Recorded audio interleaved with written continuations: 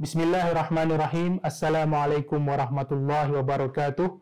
Alhamdulillah rabbil alamin wassalatu wassalamu ala asyrafil anbiya'i wal mursalin wa ala alihi wa sahbihi ajma'in. Alhamdulillah kita bertemu lagi dalam slot yang seterusnya Ramadan di Jalan Ilmu dalam program Ramadan with IAIS Malaysia.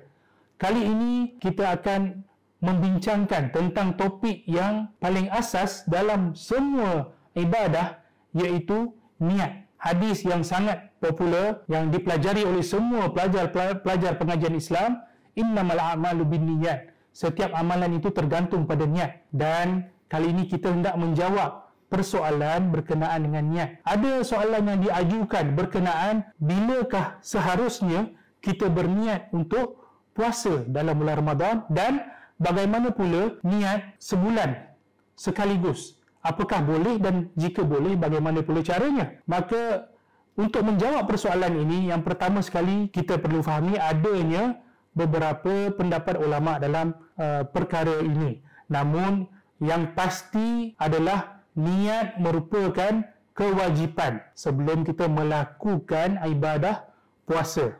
Dan apakah maksud niat? Niat ini sebenarnya adalah keazaman dan tekad di dalam hati yang jelas untuk melakukan sesuatu amalan. Niat tempatnya di dalam hati. Maka apa yang kita sebut tu, apa yang kita lafazkan di mulut itu sebenarnya adalah lafaz niat, yang mana bagi sebahagian ulama fungsinya adalah untuk membantu apa yang ada di dalam hati. Kadang-kadang kita dengar dalam bulan Ramadan, bila kita telah selesai solat tarawih dan witir dan sebagainya, telah selesai berdoa, kadang-kadang di sesetengah tempat, di setengah masjid ada imam-imam yang sebut niat puasa. Jadi ramai-ramailah akan melafazkan nawaitu shauma ghadin dan ila akhiri, sehingga akhir. Itu sebenarnya lafaz niat. Lafaz niat yang mana dia membantu niat di dalam hati. Maka apakah itu niat bagi puasa Ramadan? Niat bagi puasa Ramadan bermaksud yang pertama sekali dia hendak betul-betul ada kejazaman dalam hati ingin melakukan puasa. Kemudian dia perlu ta'yin. Apa itu ta'yin? Menetapkan dengan pasti apakah jenis puasa yang dia ingin lakukan. Maka puasa yang kita ingin lakukan di sini adalah puasa bulan Ramadan, puasa fardu dalam bulan Ramadan. Maksudnya dalam hati dia mesti jelas dia ingin melakukan puasa Ramadan. Dan yang ketiga, tabyid, iaitu dia perlu berniat dalam tempoh yang tertentu, iaitu apabila tenggelamnya matahari sehingga terbit fajar bagi puasa keesokan harinya, puasa di siang kemudiannya. Maka tempohnya apabila daripada maghrib sehinggalah fajar.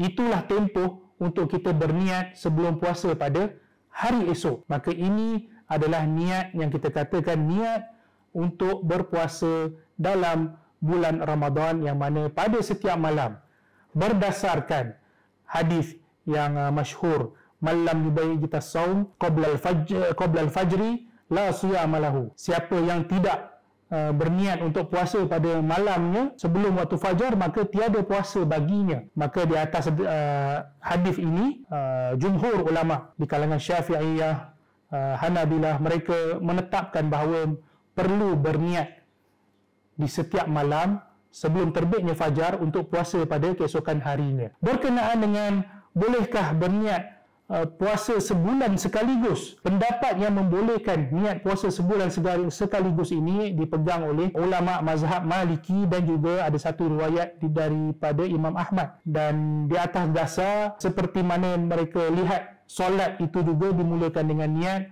dan diikuti dengan rakaat-rakaat yang berikutnya tidak perlu disertai dengan niat yang baru, maka begitulah mereka memisalkan dengan puasa. Puasa yang hari kedua, ketiga, keempat tidak memerlukan niat yang baru, cukup dengan niat yang asal pada hari yang pertama. Dan waktu untuk menetapkannya adalah pada malam hari puasa yang pertama. Maka di situ tempat untuk tabyid bagi niat bagi mereka yang memegang boleh niat sebulan sekaligus. Namun yang dipilih sebagai amalan dan juga pendapat yang dipegang oleh masyarakat kita di sini bermazhab Syafi'i dan juga fatwa-fatwa yang dikemukakan oleh mufti-mufti di sini bahawa kita memegang pendapat jumhur untuk berniat pada setiap malam, dan niat adalah keazaman dan tekad yang jelas dalam hati untuk berpuasa Ramadan pada keesokan harinya, dan niat itu berlaku antara waktu maghrib dan fajar. Semoga mendapat kefahaman yang jelas. Wabillahi taufiq wal hidayah. Wassalamualaikum warahmatullahi wabarakatuh.